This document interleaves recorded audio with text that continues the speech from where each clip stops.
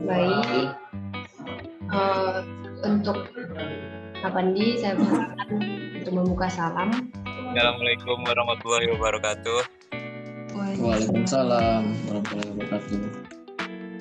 Perkenalkan, nama saya Sonia Lauren Tarigan. Saya prodi TEP juga, semester 2. Pak, lanjut Pak. Kalau saya Pandi Avan, abang dari angkatan 2022. Oke Bang, perkenalkan nama saya Ilham Maulana, prodi TREM angkatan 22. Baik, terima kasih buat kesempatan kakak dan abang Kak Surya, Bang Surya dan Kak Apriliani untuk kesempatan waktu pada malam hari ini telah menyediakan waktunya untuk kami wawancarai. Baik, sebelumnya perkenalkan nama abang dan kakak dulu. Lanjut. Baik, nama abang tuh Surya Fadli, siswa Institut Teknologi dan Kesehatan Unisba, prodi TREM. Baik, selanjutnya untuk kakak. Oke, saya Priani, biasa dipanggil Ami atau April, atau di sini di Malaysia saya dipanggil Emi. Saya dari prodi Kira-kira Elektromedis Al-Insyirah angkatan 1. Baik, terima kasih untuk perkenalan kakak dan abang. Sebelumnya, kakak dan abang itu tempat PKL-nya di mana dan boleh sedikit histori tentang tempat PKL-nya. Kami magang itu berada di Malaysia, adapun company-nya itu NIQ Engineering 9 Berhad, itu berada di Salang, tepatnya itu di Selangor. Terima kasih untuk perkenalan tempat PKL-nya. Waktu PKL-nya itu dari kapan ya Kak? Pertama tuh kami berangkat sampai di Malaysia ini pada tanggal 27 dan dimulainya itu 7 Januari dan dimulai itu pada tanggal 30 Januari. Nah, diakhiri itu pada tanggal 23 Maret 2023. Hari Kamis. Berarti minggu ini ya? Minggu ini. Ya, Ya. Bagaimana sih Kak dan Bang rasanya PKL di Malaysia, berbeda negara, di luar negara Indonesia? Rasanya sedikit ada menantang karena perbedaan bahasa juga, dan juga sedikit ada perbedaan pemahaman antara kalibrasi di Indonesia dan juga di Malaysia. Kalau di Malaysia sendiri itu untuk kalibrasinya itu dipanggil PPM di Malaysianya, Plan Preventive Maintenance, sedangkan PPM itu termasuk dari kayak pengecekan di luar, tidak ada hasil kayak RISA UM ataupun hanya ada di pas pavilnya. Sedangkan kalau di Indonesia itu terdapat UM dan juga toleransi pada kalibrasi Jika standarnya itu di sedikit perbedaan di bahasanya karena kata makna yang di Indonesia itu ada perbedaan di Malaysia gitu. Soalnya mau nanya nih Kak, kakak dan abang nih magangnya di PT atau perusahaan atau rumah sakit? Kami magang di perusahaan kalibrasi. IQ ini merupakan kalibrasi, dia mengkalibrasi dan juga dia melakukan pengujian keselamatan listrik atau ESD. Untuk kalibrasi dia ada dua, untuk di alat medical device-nya dan juga alat tester untuk medical device-nya. Baik, terima kasih Kak untuk penjelasan kalibrasinya itu apa. Apakah dari teman-teman Apandi atau Ilham ingin bertanya? Silakan. Saya mau bertanya ke Abang dan Kakak. Apa saja alat kesehatan yang Abang dan Kakak temui di tempat magang Abang dan? Yang biasa kami temui itu pertamanya ada ECMO, infrared, differential therapy, section pump, laser, tilt table, itu ada juga BTL 6000, Luxmeter, dan Devip. Sebenarnya banyak lagi alat yang bisa dilakukan pada company ini. Gitu. Terus apa aja tantangan yang abang dan kakak hadapi selama waktu PKL ini, Bang? Tantangannya itu pertama mungkin dari segi bahasa ya, karena dari bahasa Indonesia dengan Malaysia ini sama tapi berbeda makna. Dan juga perbedaan dari data analis atau kayak ketidakpastiannya. Mungkin dari itu juga sedikit pemahaman antara Malaysia dan Indonesia tentang kalibrasi. Kalau sedang di Malaysia sendiri di kerajaannya itu untuk kalibrasi itu tidak ada.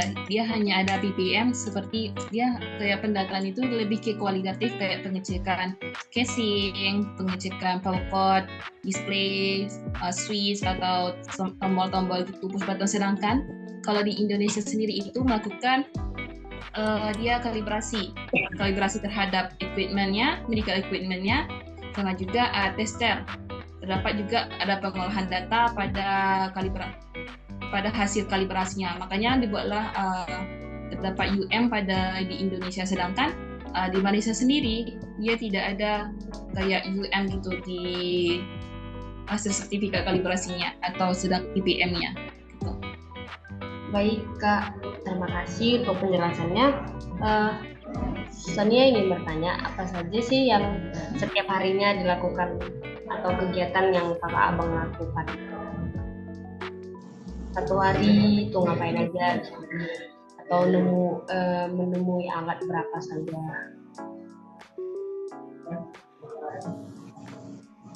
Yang biasa dilakukan kapan ini pertama itu ada EST. EST ini Electrical Safety Test, di mana akan menghitung berapa banyak leakage current atau arus bocor pada alat. Yang kedua, kami melakukan data analis, terus juga untuk mengetahui hasil resultnya dari suatu alat yang sudah dikalibrasi. Terus apa lagi ya? Oke, tambahan. Biasanya di NIC ini kan melakukan dua, EST dan juga kalibrasi. Untuk kalibrasi EST-nya tuh dia ada dua.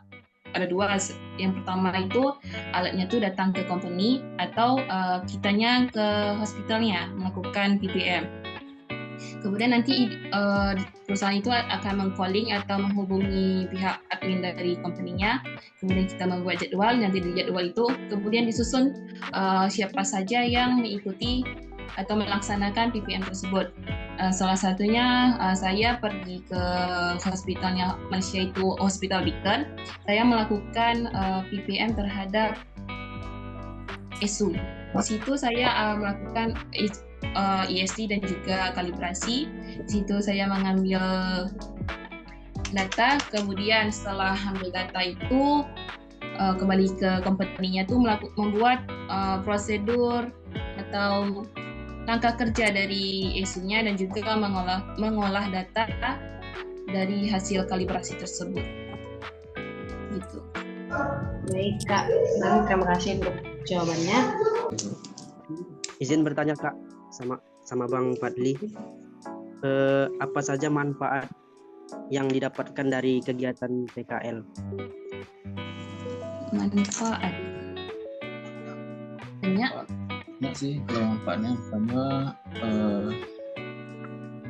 itu kami mendalami secara bagaimana cara mengolah data, bagaimana cara membuat suatu prosedur dari alat kesehatan untuk dikalibrasi, apakah itu di EST juga.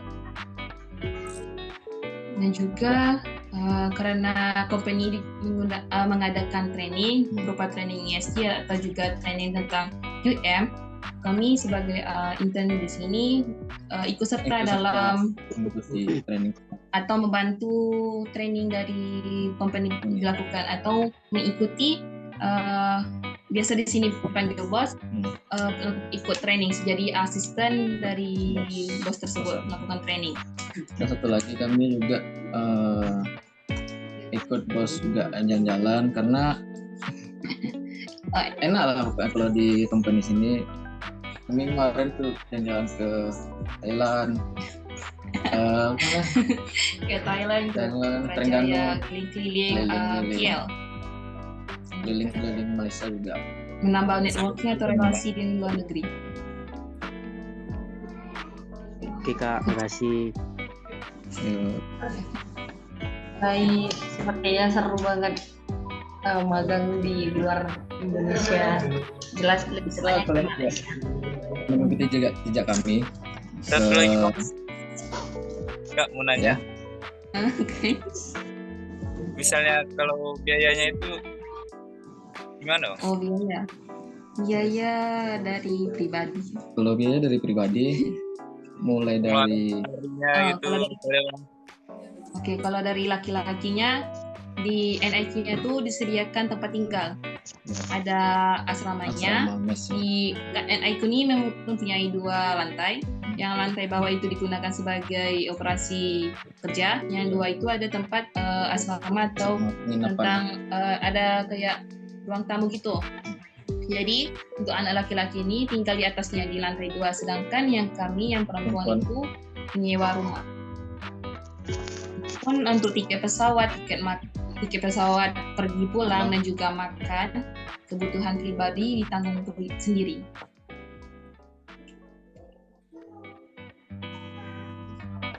Oke, baik Kak, terima kasih. Oke, baik.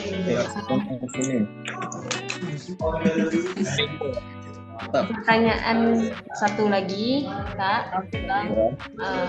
Dari penjelasan Abang dan Kakak selama magang tadi, itu troubleshooting pada alat atau kendala yang pernah dirasakan dan terjadi itu apa? Troubleshooting pada dari diri Kakak sendiri dan Abang sendiri dan dari alatnya juga.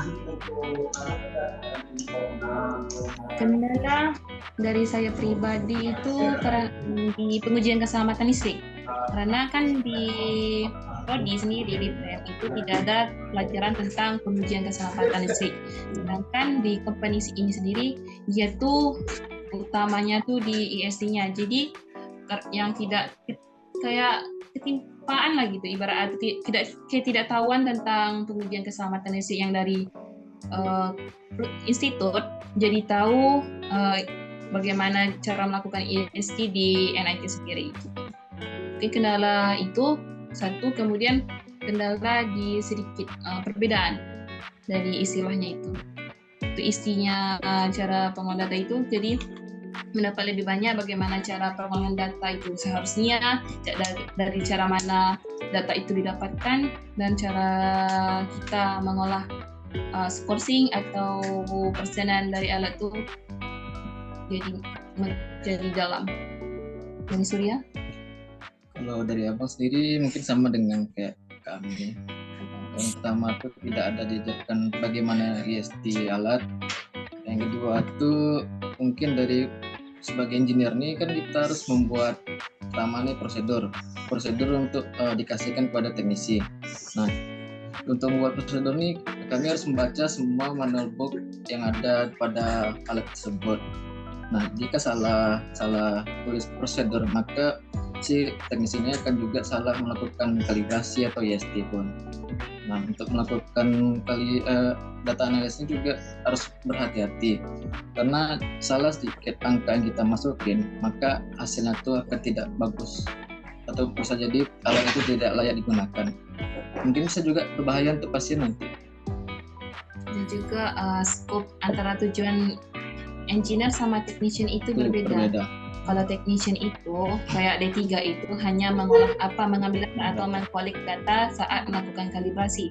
Sedangkan kita yang D4 atau engineer itu kita mengolah data, membuat prosedur, juga menganalisis data hasil pass or fail-nya dari hasil kalibrasi tersebut.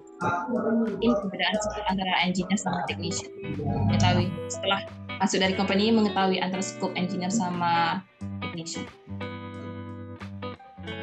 Luar biasa materi yang didapat oleh kakak dan abang di Malaysia. Baik, pertanyaannya ini sudah selesai. Apakah teman-teman yang Apandi dan Ilham ada yang ingin bertanya lagi? Nggak ada kayaknya, San. Ada. Baik.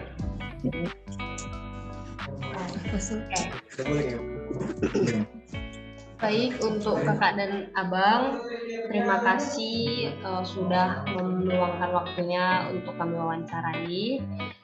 Semoga hasil magang ataupun materi yang didapatkan, ilmu yang didapatkan di magang tertanam dalam diri abang dan kakak, dan semoga juga kakak dan abang tamat nanti segera dapat pekerjaan dan juga lulus dari stikes dari institut ya. Institut kita ya. Maaf sorry salah. Semoga lulus dari IKTA itu lulusan yang terbaik. Amin.